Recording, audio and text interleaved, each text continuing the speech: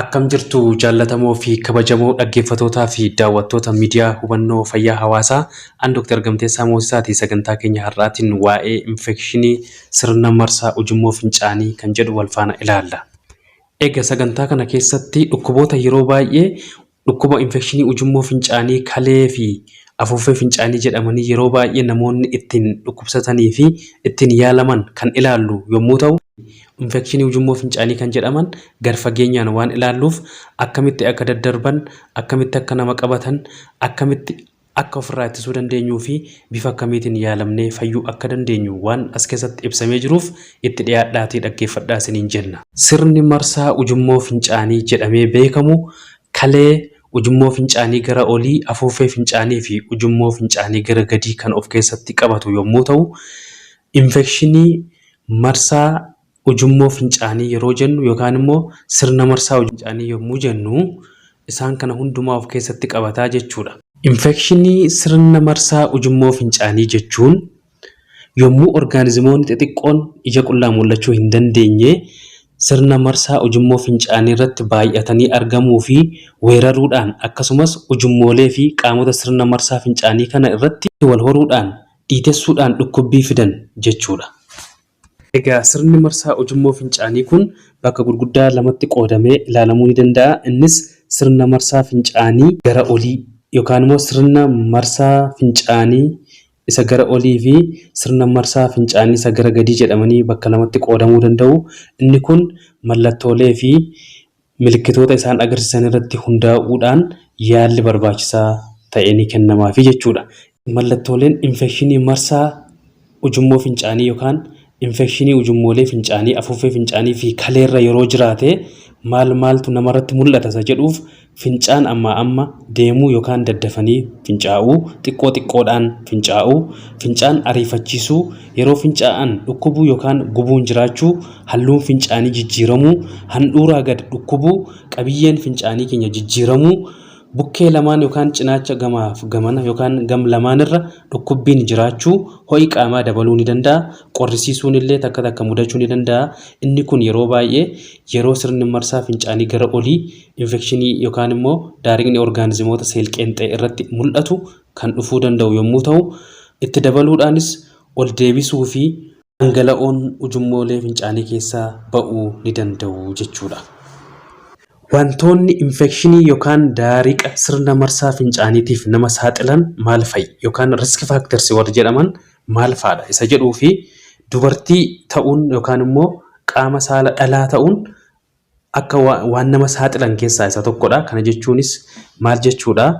Akkamittis ta'uu danda'a isa jedhu sababiin isaa inni guddaan ujummoon fincaanii isaanii inni gara gadii baay'ee gabaabaa ta'uurraa kan ka'ee fi teessumni isaa dhibee kanaaf baay'ee isaan saaxila. Kan biraan qunnamtii saalaa gochuu, qusannoo maatii tokko fayyadamuu fakkeenyaaf kanneen akka diyaafiraamii fi ispermisaayidal jedhaman yeroo fayyadaman dubartoonni tokko sirna marsaa fincaanii irratti infekshiniin akka uumamuuf sababii ta'uu ni danda'a jechuudha. Kan biraan dubartoonni marsaan laguu irraa deeme yookaan immoo menopause periodii galan waan akkasiitiif ni saaxilamu. Dubartiin ulfaallee yeroo tokko waan kanaaf saaxilamuu ni danda'u. Rakkoo dhalootaan yookaan ujummoo fincaaniirra rakkoon dhalootaa yoo jiraate, kan biraan cirrachi kalee yogguu jiraate yookaan immoo cirrachi kalee jiraachuun akka wantoota infekshiniif nama saaxilan keessaa isa tokkodha jechuudha. Kan biraan xannachi ujummoo fincaanii gara gadii keessumaa prostate inni jedhamu yeroo dhiita'uu isaarraa kan ka'es yeroo fincaan akka sirriitti hin fincooneef ittifamu inni kun risk factors warra jedhaman yookaan immoo warra nama saaxilan keessaa isa tokko jechuudha. Sababii adda addaatiin dandeettiin dhukkuba ofirraa ittisuu keenya yeroo gadi hir'atu. Kana jechuunis dhibee fayyaa adda addaa qabaannee sirni dandeettii ofirraa ittisuu keenya yeroo gadi bu'e yookaan xiqqate nu saaxila jechuudha. Mana yaalaa keessatti ujummoo finceessisaa ta'e yookaan immoo kaateteraayizii fayyadamnee beekna yoo ta'e inni kunis waan nama saaxilu keessaa isa tokko jechuudha. Egaa namni yaalaa fi jecha mana yaalaatti sirna marsaa fincaanii isaa meeshaa adda addaatiin ilaalchisee beekus waan akkasiitiif saaxilamuu ni danda'a Egaa isaan kun wantoota nama saaxilanidha yookaan immoo risk factors warra jedhaman yommuu ta'u, yaalaa fi kunuunsi nama infekshinii sirna marsaa fincaaniitiin qabameef taasifamuu qabu maali isa jedhuu fi buufata fayyaa yookaan bakka itti kenninsa tajaajila fayyaa nutti dhiyoo jiru deemuudhaan ogeessa fayyaa mariisisuudhaan fincaan keenya qorachiisuudhaan qoricha ogeessi fayyaa nuuf laate sana sirriitti fudhannee xumuruudhaan infekshinii kana ofirraa ittisuu yookaan balleessuu ni dandeenya jechuudha. Dhibee infekshinii sirna marsaa fincaanii kana yerootti yaalamuudhaan yoo baannee rakkoolee fayyaa wal xaxaa ta'an adda addaa fiduu ni danda'a. Innis irra deddeebiin infekshiniin kun akka jiraatu taasisuu. Inni kan biraan kaleen keenya sadarkaa fayyuu hin dandeenyetti miidhamuu ni danda'a. Inni kan biraa dubartoota ulfaa irratti daa'imni ulfaatina qaamaa gad yookaan immoo gad bu'aa ta'e yookaan low birth weightiin akka jiraatuuf sababii ni ta'a. Kan biraan ujummoon fincaanii gara gadii dhiphachuu yookaan immoo dhiirota irratti keessumaa jechuudha stricturiin jiraachuu ni danda'a jechuudha. Infekshiniin qaama hundumaatti babal'achuu fi gaaga'ama lubbuullee fiduu ni danda'a. Isaan kun egaa yerootti yaalamuu baanne yookaan immoo komplikeet yeroo godhee dhibeen nutti fiduu danda'udha jechuudha.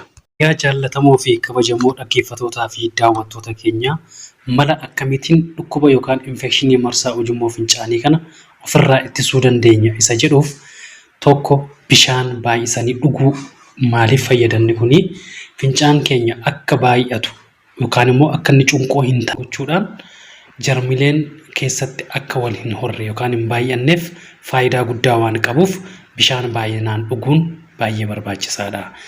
Egaa guyyaa tokkotti namni tokko giddu galeessummaatti liitira tokkoof walakkaa dhuguu qaba. Inni kunis namni tokko fincaan deddeebi'ee yoo fincaa'e 4 hanga 8tti guyyaa tokkotti yoo fincaa'e noormaaliidha yookaan immoo sirriidha jechuudha. Inni lammaffaan fincaan yommuu nu qabe dafnee of fincaa'uu qabna malee of keessatti qabannee yeroo dheeraa turuun achi keessatti jarmoonni akka isaan wal horanii fi baay'ataniif haala mijataa waan ta'uuf kana jechuunis bakka jiidhinsii fi tempereecherri mijataa ta'etti jarmileen xixiqqoon baakteeriyaa jedhaman baay'inaan wal horu waan ta'eef achi fincaan irratti baay'inaan wal horuudhaan akka infekshiniin uumamuuf yookaan immoo ujummoon fincaanii keenya yookaan afuuffeen fincaanii keenya yookaan kaleen keenya akka inni dhukkuba kanaan hubamu taasisa yookaan haala mijeessaa jechuudha. Inni sadaffaan walqunnamtii qaama saalaan booda dafanii mana fincaanii deemuudhaan of keessaa fincaa'uun baay'ee gaariidha. Inni kunis jarmileen yeroo walqunnamtii qaama saalaa gara ujummoolee fincaaniitti ol dhiyaatan yookaan immoo ol siqan fincaaniin akka isaan haramanii yookaan qulqulleeffamanii gad ba'an waan gargaaruuf atattamaan gara mana fincaanii deemuun baay'ee barbaachisaadha.